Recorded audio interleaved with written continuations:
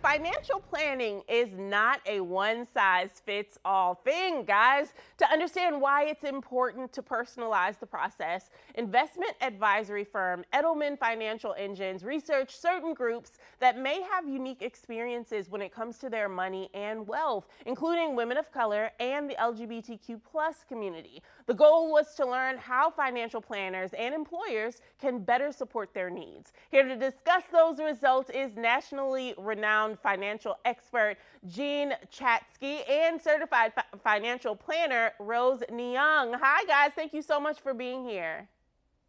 Thanks for having us. Hello. No problem. Now, Jean, why was it so important to research the financial challenges of historically underrepresented groups? Anecdotally, we thought that systemic barriers had probably created different levels of access to financial help and financial resources, but it was important to take a look at some real data. So Edelman Financial Engines fielded a study and found that, in fact, for women of color specifically, 42% said they were not being taken seriously by financial professionals. And clearly, that is something that we have to address. Oh, that is a very astounding number. I love that we're addressing this right now. Now, Rose, what else does the research reveal about women of color and their financial plans?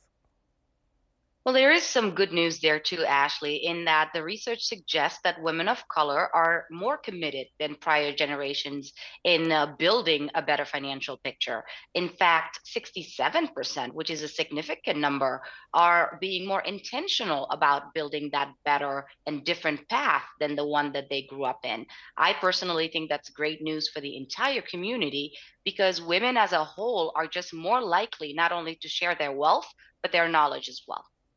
I love that. And this kind of gives two competing numbers because we see that women of color and Black women are more committed to kind of advancing their knowledge and financial situation. But then we're running into the problem of financial planners not taking them seriously. That's very interesting to me. Now, Jean, in addition to women of color, what about the financial experiences of other underrepresented groups, such as the LGBTQ+ population?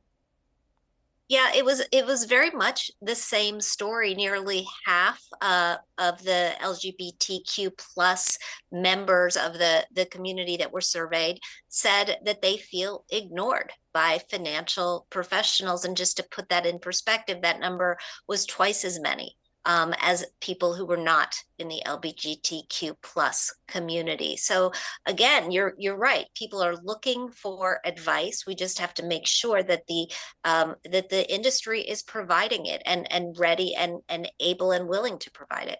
Yeah, so let's talk solutions. Rose, what can be done to address this issue, and what's your best advice for those underrepresented groups seeking the financial, advisors' help?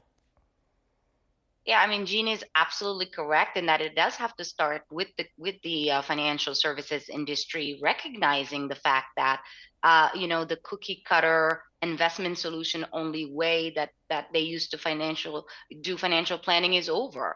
If you are looking for somebody, a good financial professional, I would like for you to find somebody that you are comfortable with, somebody you can trust, somebody that's going to take the time to ask the questions of you to get to know you better. I know my clients appreciate it when I get to know them, build a relationship with them, even if I don't necessarily look like them. And at Edelman Financial Engines, we know that you cannot do effective financial planning if you don't know the person behind the plan. If you'd like to know more about this research as well as Edelman Financial Engines, you can visit edelmanfinancialengines.com. We also have a weekly podcast hosted by Jean Chatzky, and it's called Everyday Wealth, and you can get that wherever you listen to your regular podcast. I love that. So just like we said in the very beginning, it is not a one size fits all. You got to personalize that plan. Thank you so much to both of you for being here. We really appreciate you. And we will be listening in on that podcast. We love podcasts over here. Thank you. Thank you. All right, guys, it's time for a break. But when we get back, we've got